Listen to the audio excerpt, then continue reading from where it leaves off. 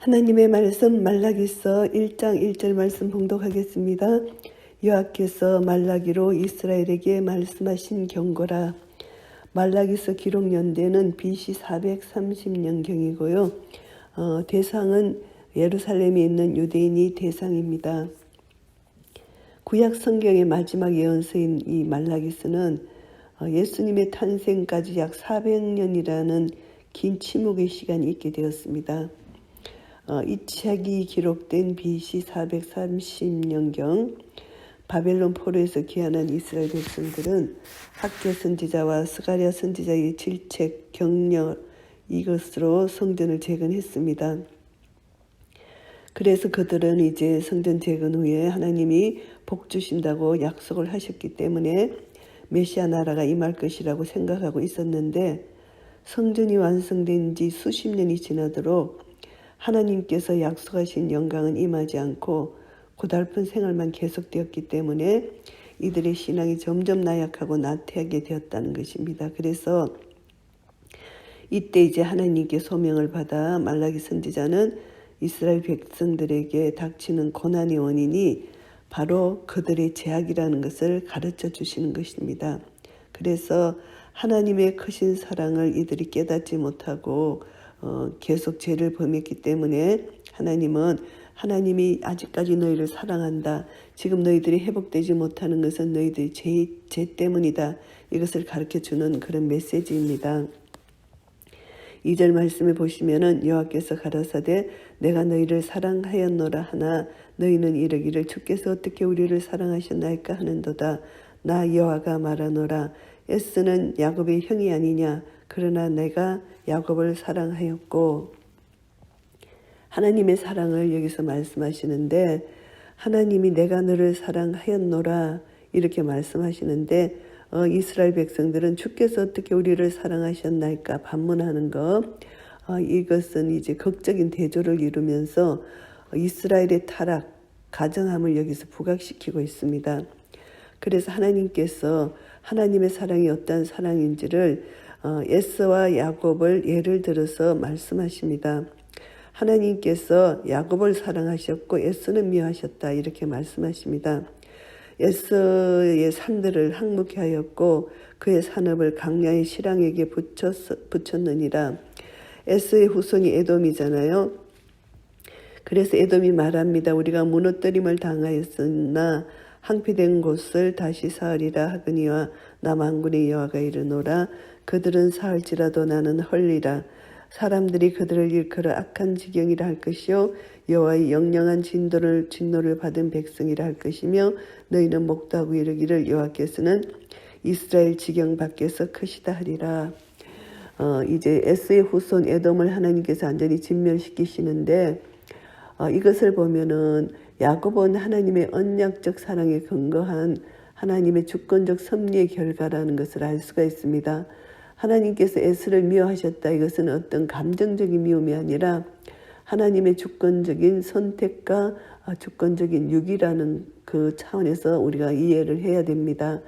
그런데 하나님은 이미 에스가 하나님을 버리고 하나님을 대적하는 것을 알고 있었기 때문에 에스의 후손 에돔이 하나님이 선택한 이스라엘을 계속 괴롭히고 이스라엘에게 악을 행했습니다. 그래서 하나님은 공의의 심판을 하시는데 에돔에 대해서 공의의 심판을 하시는 것이지, 하나님은 선하신 분이시기 때문에 아무 이유 없이 에돔을 패하게 하시지는 않는 분이시라는 것을 우리가 알아야 됩니다.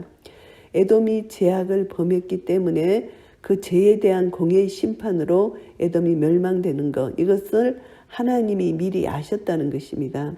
그래서 에돔의 죄악, 언약 백성인 이스라엘을 괴롭힌 범죄적 행위, 이 모든 것은 하나님의 영영한 진노를 피할 수가 없다. 그래서 완전한 진멸을 당할 수밖에 없다는 것. 그래서 하나님의 선택과 하나님의 유기에 대해서 이제 이스라엘 백성들에게 설명을 하시면서 하나님께서 너희들을 택했다, 사랑한다, 이것을 말씀하시는 것이고요. 내 이름을 멸시하는 제사장들아, 나 만군의 여호와가 너희에게 이르기를 아들은 그 아비를 종은 그 주인을 공경하나니 내가 아비일진데 나를 공경함이 어디 있느냐. 내가 주인일진데 나를 두려워함이 어디 있느냐 하나 너희는 이르기를 우리가 어떻게 주의 이름을 멸시하였나이까 하는도다. 하나님을 이들이 공경하지 않는 것을 책망을 하십니다. 그래서 내 이름을 멸시하는 제사장들을 하나님께서 책망하십니다.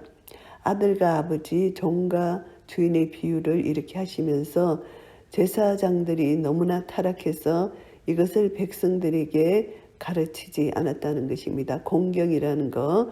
그래서 아들은 아비를 공경해야 되고 종은 주인을 공경해야 되는데 제사장들이 타락했기 때문에 외식적인 종교 행위로 하나님의 이름을 더럽힌 사실을 부인하고 오히려 그 책망의 원인을 하나님께 돌리려는 가증함과 패역함이 이렇게 반어법적 표현으로 여기서 나타나고 있는 것입니다. 제사장들이 이렇게 타락했다는 것이죠. 너희가 더러운 떡을 나의 단에 드리고도 말하기를 우리가 어떻게 주를 더럽게 하였나이까 하는도다. 이는 너희가 주의 상은 경멸히 여길 것이라 말함을 인함이니라. 이 제사장들이 하나님께 드리는 제사를 경멸했다. 그래서 눈먼 희생, 전원 것, 병든 것, 신명기 15장 말씀이 나오잖아요. 제사장들이 형식적인 제물을 드렸고 이런 마음이 없는 제사, 이런 자세로 하나님의 뜻과 율법 정신에 합당치 않는 이런 흠 있는 것으로 더러운 떡이라고 이렇게 표현하잖아요. 하나님 말씀을 무시하고 성의가 없고 사랑이 없고 이렇게 형식적으로만 하나님 앞에 제사를 드리고 제물을 드렸다. 이것을 책망합니다. 그러면서도 이들이 어떻게 주를 더럽게 하였나이까 오히려 하나님 앞에 이들이 반문하는 이들의 아주 양심이 하인맞은 양심의 이들의 모습을 보게 됩니다. 만군의 여호와가 이르노라 너희가 눈먼 희생으로 드리는 것이 어찌 악하지 아니하며 저는 그 병든 것으로 드리는 것이 어찌 악하지 아니하냐. 이제 그것을 너희 총독에게 드려보라. 그가 너를 기뻐하겠느냐 너를 간합하겠느냐. 이제 하나님께서 이제 제사장들을 이렇게 책망하는 것입니다. 이들이 완전히 더러운 것, 하나님이 율법으로 어긴 것을 금지한 것을 하나님께 제사로 제물 드렸다는 거 책망하는 말씀이고요. 만군의 여호와가 이르노라 너희는 나 하나님께 은혜를 구하기를 우리를 긍휼히 여기소서 하여 보라. 너희가 이같이 행하였으니 내가 너희 중 하나인들 받겠느냐.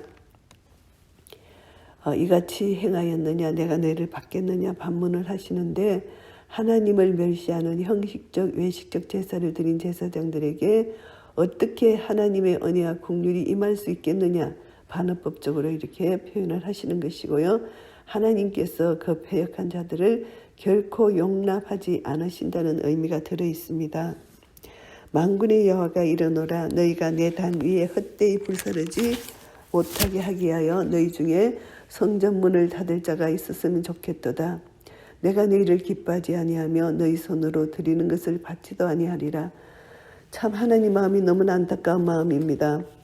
성전문을 봉쇄했으면 차라리 좋겠다 이런 마음을 가졌다는 것입니다. 하나님께서는 타락한 제사장들이 그곳에 출입하지 않기를 원하신다는 것입니다. 외식적이고 형식적으로 드려지는 가정한 제사의식을 중단하기를 바라시는 하나님의 마음을 여기서 우리가 알 수가 있습니다. 만군의 여호와가 이르노라 해 뜨는 곳에서부터 해 지는 곳까지의 이방 민족 중에서 내 이름이 크게 될 것이라. 각처에서 내 이름을 위하여 분향하며 깨끗한 제물을 드리리니 이는 내 이름이 이방 민족 중에서 크게 될 것임이니라. 이 말씀 속에 우리는 예루살렘뿐만이 아니라 온 땅에서 신령과 진정으로 드려지는 예배의 때가 올 것임을 예시합니다. 율법주의가 끝나고 이제 복음으로서 이제 우리 주 예수 그리스도가 오심으로 말미암아 예수님이 우리 죄를 대신해서 십자가에 달려 돌아가시고 모든 율법의 저주를 다 맞춰주시고 이제 복음 안에서 이제 우리 죄를 다 사함받고 우리는 의롭다 칭함을 받은 자 되어서 예수님 안에서 이제 신령과 진정으로 모든 민족 이방인이 이제 하나님께 깨끗한 제물로 예배드리는 이때를 우리가 생각할 수가 있습니다. 예배에 임하는 성도들의 마음은 온전히 하나님을 사랑하는 마음, 그리고 내가 거룩하니 너희도 거룩하라, 거룩한 삶을 사는 자의 그런 자세, 이런 말씀을 온전히 순종하여 나아가는 이런 자세로 하나님께 드리는, 신령과 진정으로 드리는 영적 제사, 영적 예배를 하나님이 받으시겠다는 것입니다. 그래서 하나님의 이름이 이방 민족 중에서 크게 될 것임이니라 이렇게 말씀하셨습니다. 하나님의 이름이 이방 민족들에게 높임을 받으신다는 것을 말씀합니다. 그러나 너희는 말하기를 여호와의 상은 더러웠고 그 위에 있는 실과 곧 식물은 경멸히 여길 것이라 하여 내 이름을 더럽히는도다. 이제 여호와의 상이 더러워졌다는 것입니다. 제사장들을 계속 책망하십니다. 또 그 위에 있는 실과 식물이 경멸히 여길 것이라, 이 제사장들이 하나님을 경멸히 여겼다는 것을 반복해서 책망하고 계십니다. 만군의 여호와가 이르노라, 너희가 또 말하기를 이 일이 얼마나 번패스러운고 하며 코웃음하고 토색한 물건과 저는 것 병든 것을 가져왔느니라. 너희가 이같이 헌물을 가져오니 내가 그것을 너희 손에서 받겠느냐, 여호와의 말이니라. 이 제사장들이 완전히 타락해서 코웃음하고 멸시하는 이런 마음으로 거룩한 제사 직분을 감당치 못하고 오히려 하나님을 멸시하면서 이렇게 이 직책을 감당한 이들, 이것을 하나님이 심판하시겠다. 그래서 전 이스라엘의 영적 지도자들이 이제 이렇게 타락했다는 거, 이것을 말씀하고 계십니다. 때 가운데 수컷이 이끈을 그 선하는 일에 흠있는 것으로 사기하여 내게 드리는 자는 저주를 받으리니 나는 큰 임금이요 내 이름은 열방 중에서 두려워하는 것이 됨이니라. 만군의 여호와의 말이니라. 이제 패역한 것, 하나님 뜻에 합당하지 않는 모든 재물을 이렇게 통칭해서 패역한 것으로 말씀하고 있습니다. 저주를 받는다고 말씀하십니다. 그래서 타락한 제사장들의 제사, 재물들이 외식적이고 극히 부당하게 드려졌다는 것을 여기서 말씀하고 있습니다. 그들의 그런 행위는 하나님을 만홀히 여기고 멸시하고 기만하고 거역한 이들의 행위는 심중한 범죄 행위다. 그래서 하나님은 절대 그것을 받으실 수가 없다. 나는 큰 임금이다. 이렇게 말씀하십니다. 만왕의 왕 만주의 주 되신 하나님께 이렇게 절대 하나님을 만홀히 여김을 절대 받지 아니하신 분이다. 이것을 다시 한번 강조하는 그런 말씀입니다. 말라기서 1장 말씀을 정리하겠습니다. 하나님의 사랑에 대한 말씀입니다. 하나님이 이 이스라엘 백성들을 책망하는 내용이 많은데 어떻게 하나님의 사랑에 대한 메시지인가 이렇게 반문할 수도 있겠지만, 하나님이 얼마나 이스라엘을 사랑하신지를 그렇게 나타내면서 이스라엘의 잘못을 지적해 주는 것, 이것이 하나님의 크신 사랑입니다. 1절부터 5절까지는 하나님의 사랑에 관해서 말씀을 하고 계십니다. 그래서 1절 말씀에 보시면은 경고 이렇게 말씀하십니다. 이스라엘에게 말씀하신 경고다. 경고라는 이 단어가 하나님의 사랑을 드러내기 위한 경고입니다. 이스라엘 백성들을 구원으로 인도하기 위해서 말씀으로 권면하시는 경고의 말씀, 사랑의 메시지입니다. 그래서 하나님은 이스라엘을 사랑하신다고 말씀하십니다. 내가 너를 사랑하였노라. 하나님이 선언하시고 선포하신 말씀입니다. 이스라엘 백성들을 변함없이 사랑하신다는 교훈이 담겨 있습니다. 이스라엘을 사랑하신 하나님의 사랑은 신명기 7장 8절 말씀처럼 언약에 기초하고 있습니다. 그러니까 결코 변경될 수 없다는 것이죠. 하나님께서 범죄한 이스라엘을 여전히 사랑하고 계심을 선포하고 있는 말씀입니다. 백성들은 반문합니다. 어떻게 우리를 사랑하셨는가 이렇게 반문을 합니다. 이것은 이들의 영적 무지함을 여기서 나타냅니다. 주께서 어떻게 우리를 사랑하셨나이까? 이 당시 종교적 사회적 상황을 여기서 우리가 알 수가 있는데, 영적으로 무지하고 깜깜한 암흑과 같은 이들의 마음, 하나님께 범죄했는데도 범죄한 것조차 알지 못하는 총체적으로 지도자, 제사장 지도자, 그리고 백성들 모든 사람들이 부패되었다. 이것을 알 수가 있습니다. 그래서 하나님은 하나님의 사랑에 대한 확증으로서 하나님은 이제 야곱과 에서를 비유를 해서 하나님의 주권적 선택의 사랑을 알려주고 계십니다. 그래서 하나님은 사랑하셔서 선택하셨고 유기하셔서 미워하셨다. 그런데 이것은 감정적인 미움이 아니라 하나님의 선택적 주권에 의한 것이라는 것을 알게 됩니다. 하나님은 미리 아시기 때문에 에서의 후손인 에돔이 얼마나 큰 죄악을 저지를 것인지를 미리 아셨다는 것입니다. 그래서 그들은 유기될 수밖에 없었다는 것. 그러니까 하나님은 모든 것이 하나님의 주권이고 하나님이 이 미리 아시고 선포하신 말씀이라고 우리가 생각할 수가 있습니다. 6절부터 14절까지는 제사장들의 죄를 고발합니다. 이 제사장들은 하나님과 이스라엘 관계에서 이제 하나님이 이렇게 비유를 하시는데 아버지와 아들, 주인과 종으로 비유하는데 이 제사장들의 죄, 이 지도자들의 죄는 공경이 없다는 것입니다. 하나님을 공경하지 않았다는 것입니다. 그래서 하나님을 멸시했다는 것을 말씀하고요. 그리고 제사장들의 구체적인 죄는 하나님의 제단을 더럽혔다. 제물을 더럽혔다는 것입니다. 하나님께 드리는 이 제물이 눈멀고 절룩거리고 병든 더러운 짐승을 제물로 드렸다. 그래서 하나님은 이런 제사를 받지 아니하신다. 이것은 이들의 마음이 하나님을 멸시했다는 것입니다. 하나님이 정하신 희생 제사를 멸시했다.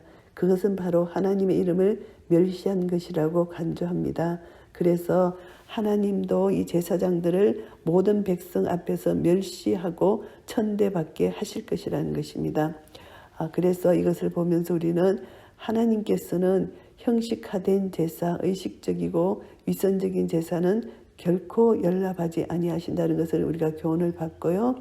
하나님께 드리는 모든 제물, 예배, 우리가 드리는 헌금, 이 모든 것은 온전한 것이라야 된다는 것입니다. 그래서 우리는 너희 몸을 하나님이 기뻐하시는 거룩한 산제사로 드리라고 말씀하셨잖아요. 우리가 영적으로 생활 예배를 하나님 앞에 거룩한 삶으로 드려야 된다는 것을 알게 됩니다. 하나님의 선하시고 기뻐하시고 온전하신 뜻이 무엇인지 분별해서 하나님 앞에 온전한 것을 드리게 될 때 하나님은 우리를 통하여 영광을 받으실 것입니다. 하나님이 우리를 사랑하시는 것, 얼마나 사랑하시는지 야곱을 선택하신 것, 선택적 사랑이 우리에게 하신 하나님의 사랑이라는 것을 끝까지 우리는 잊지 말고 기억하고 조금 더 의심치 말고 하나님의 사랑을 믿고 의지해서 하나님을 사랑하고 이웃을 사랑하는 한 분 한 분 되시기를 예수 그리스도 이름으로 축복합니다. 아멘.